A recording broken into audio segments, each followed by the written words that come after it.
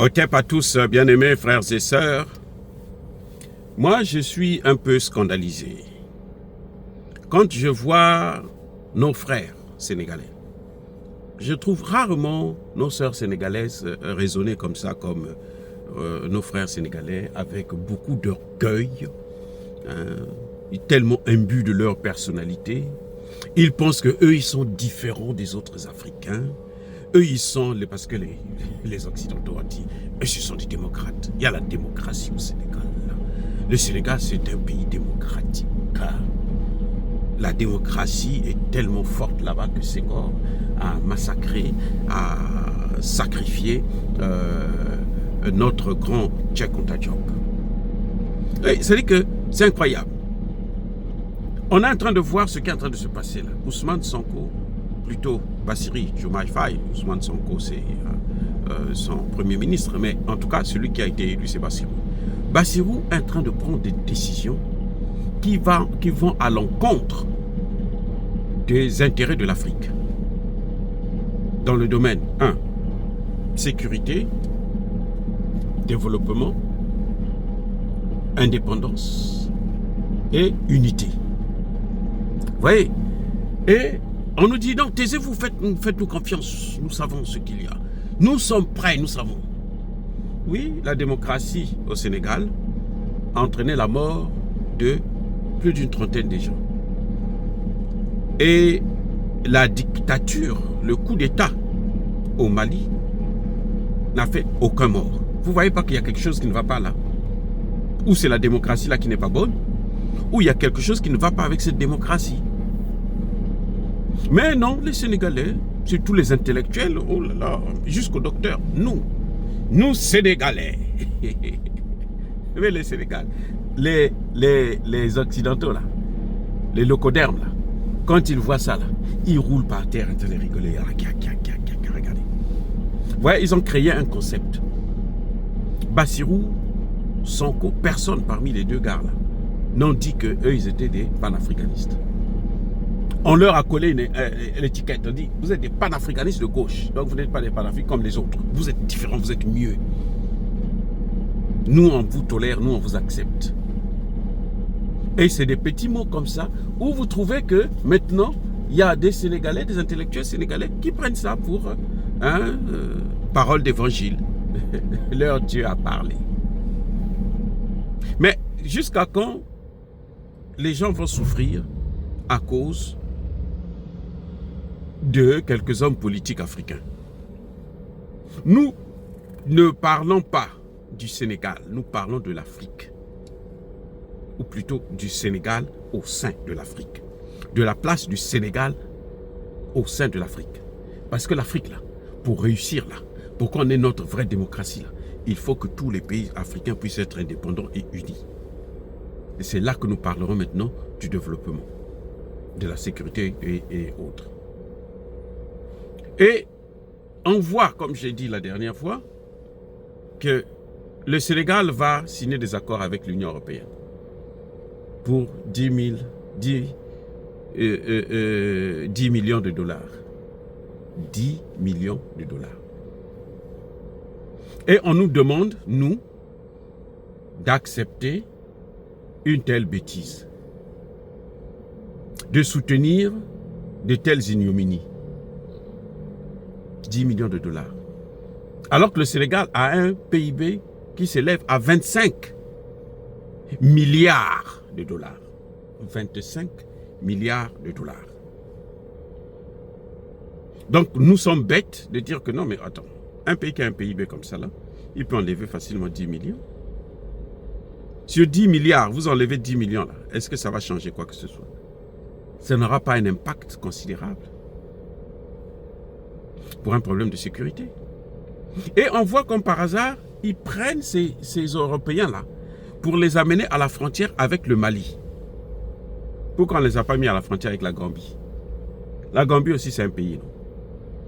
La Gambie n'a pas peur du terrorisme. Le terrorisme a commencé au Mali là. Ça fait plus de 10 ans. Est-ce que le Sénégal a été menacé? Est-ce que l'armée sénégalaise a failli pour dire que non, ils ont besoin de l'armée européenne. Mais jusqu'à quand les Européens vont venir régler les problèmes africains? Pourquoi Bassirou, quand il est parti voir Assimi Goïta, ils ne se sont pas assis pour parler de cette situation-là? Que non, bon, nous voyons qu'il y aura l'insécurité qui va venir de là, qu'est-ce qu'on va faire? Si c'était aussi important qu'il y aura l'insécurité, pourquoi on a ouvert le chemin de fer entre Bamako et Dakar? Pourquoi on laisse les gens se balader? Ils auraient dû fermer la frontière. Vous voyez, quand vous ne nous dérangez pas là, et quand vous ne nous arrangez pas, ne nous dérangez pas. Ce que fait Bassirou là, non seulement il ne nous arrange pas, il n'arrange pas les autres pays de l'AES, mais il dérange les autres pays de l'AES. Puisque, visiblement, les Occidentaux qui ont des problèmes avec l'AES, qui veut obtenir son indépendance, ils sont en train de tout faire pour encercler l'AES, afin, tôt ou tard, de déclarer la guerre. Mais c'est ce qu'ils ont fait avec la Russie. Partout là où ils passent, c'est comme ça. Je vous ai déjà dit, et je le répète encore, là où passe l'Occident, la paix trépasse. C'est la division, la guerre qui s'installe. Regardez en Chine, quand ils sont rentrés Taïwan, ils sont partis, ils ont pris le Japon, ils ont pris la Corée du Sud, ainsi de suite, pour encercler la Chine. Au moment où nous parlons là, ils ont encerclé la Russie. Tous les pays autour de la Russie, là, en dehors de l'Ukraine. Les États-Unis ont placé leur base militaire. C'est ce qu'ils sont en train de faire avec l'AES. Mais pourquoi un des pays vont passer leur temps à encercler les autres pour les contrôler, pour les dominer, pour les influencer, pour les manipuler, pour les piller et même les tuer? Et il y a des, quand on voit un pays africain comme le Sénégal qui se met, qui soutient cette politique, qui aide ces gens-là à massacrer les autres, mais il va de soi qu'on puisse se plier. On n'a pas besoin d'attendre que la guerre se déclenche pour dire que non, Bassirou, attention, ce que vous êtes en train de faire, c'est pas normal. Mais la prévention, c'est quoi? La prévention, c'est voir que ceci peut arriver, et l'homme politique, c'est celui qui prévoit. Or, il pose les bases de l'échec de la politique sénégalaise. Les populations là, la jeunesse a voté pour Bassirou. Ce n'est pas pour qu'il aille faire des accords, signer des accords avec l'Union européenne. C'est pour qu'il aille plutôt signer des accords avec l'AES. Bon, il ne veut pas signer des accords avec l'AES. Ça se comprend. Ok, c'est son droit le plus absolu. Mais ne signe pas des accords avec les Européens, sachant que ces accords peuvent mettre en danger la sécurité des autres pays. Toi qui veux être leur esclave, reste leur esclave avec tes Sénégalais. Heureusement que ce n'est pas la majorité des Sénégalais. C'est une petite classe d'intellectuels sénégalais qui sont habitués à la belle vie, qui sont en Europe, en Occident et tout, qui se plaignent. Non, le Sénégal, c'est différent. Le Sénégal est une démocratie. Quelle démocratie? Depuis quand il y a la démocratie en Afrique? Quelle démocratie? Mais, c'est-à-dire que nos frères sénégalais doivent arrêter avec cette logique. Nous, quand nous parlons du panafricanisme aujourd'hui, c'est parce que, bien entendu, les Sénégalais ne comprennent pas ça, puisque Senghor est venu tout noyer. Nous suivons la philosophie de Cheikh Anta Diop qui est sénégalais. Il est parmi les premiers, sinon le premier, à dire qu'il faut qu'il y ait les États-Unis d'Afrique, un État fédéral africain. Et quand nous parlons du Sénégal, il y en a qui nous disent « toi tu es Congolais, donc tais-toi. Toi tu es Camerounais, tu ne parles pas du Sénégal. Parce que nous, on est plus intelligents que vous. » Soyons sérieux. Soyons sérieux. Qu'est-ce que nous voulons? Qu'est-ce que les Sénégalais veulent? Pourquoi vous nous demandez de nous taire? Et quand ils sont en train de mourir, là, vous avez besoin de notre soutien. Pour faire partie Macky Sall, toute la jeunesse africaine s'est levée. Il n'y avait pas que les Sénégalais. Les Sénégalais ont agi parce qu'eux, on les voit parce qu'eux, ils sont sur le terrain.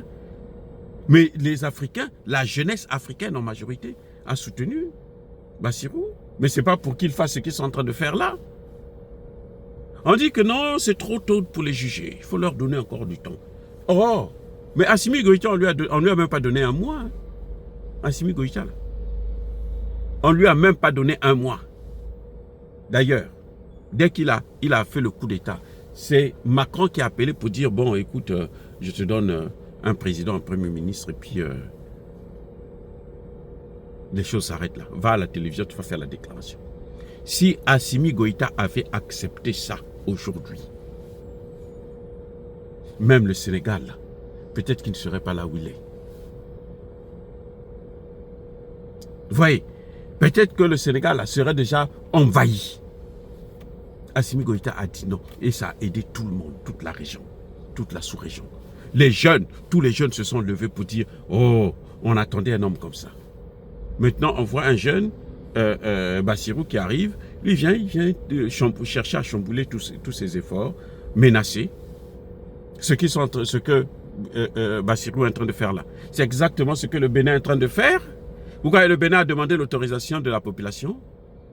Si Patrice Talon avait demandé l'autorisation de la population, je peux vous garantir que personne, aucun Béninois, peut-être ceux qui sont les ministres et les conseillers, députés de merde, là.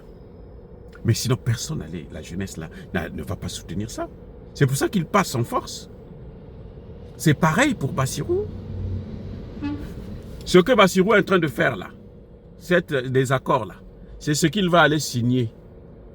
C'est ce qu'il va aller signer le 20 juin. Là. Il est en train de voir seulement pour savoir doser, pour peser la température, la réaction de la population, notamment sénégalaise. C'est ça ce qu'il est en train de faire, c'est pour ça qu'ils ont sorti ça maintenant. Mais c'est pour ça qu'il va à Paris. Parce que quand l'Union européenne, il n'y a rien qui peut se faire en Afrique francophone. Ceux qui utilisent le CFA, là, où la France ne prend pas le lead de cette action. Ils se cachent derrière l'Union européenne, mais c'est les Français qui vont d'abord prendre la tête de cette opération. Et les Français ont été chassés du Mali. Et on va les amener au bord du Mali. Ils sont en Côte d'Ivoire, là. On les amène aussi à la frontière avec le Mali. Vous croyez que c'est pour manger les michoui? Soyons sérieux, les amis. Soyons sérieux. Nous ne sommes pas contre Bassirou ou contre qui que ce soit. Nous disons tout simplement que ça n'arrange pas l'Afrique. Et il faut qu'il y ait des gens pour le dire. Même si vous êtes là, vous pensez que vous êtes mieux que les autres, ok, tant mieux. Mais on verra la finalité. On verra la finalité. Ça fait maintenant 3 mois qu'il est là. Vous avez vu quoi? Quel est l'acte qu'il a posé concernant le panafricanisme, même ne serait-ce que de gauche. Et ce qu'il est en train de faire là, la présence militaire de l'Europe là. Mais c'est une façon de vous dire que je ne vais pas faire partie de la base militaire de Dakar. Je ne vais pas la démanteler.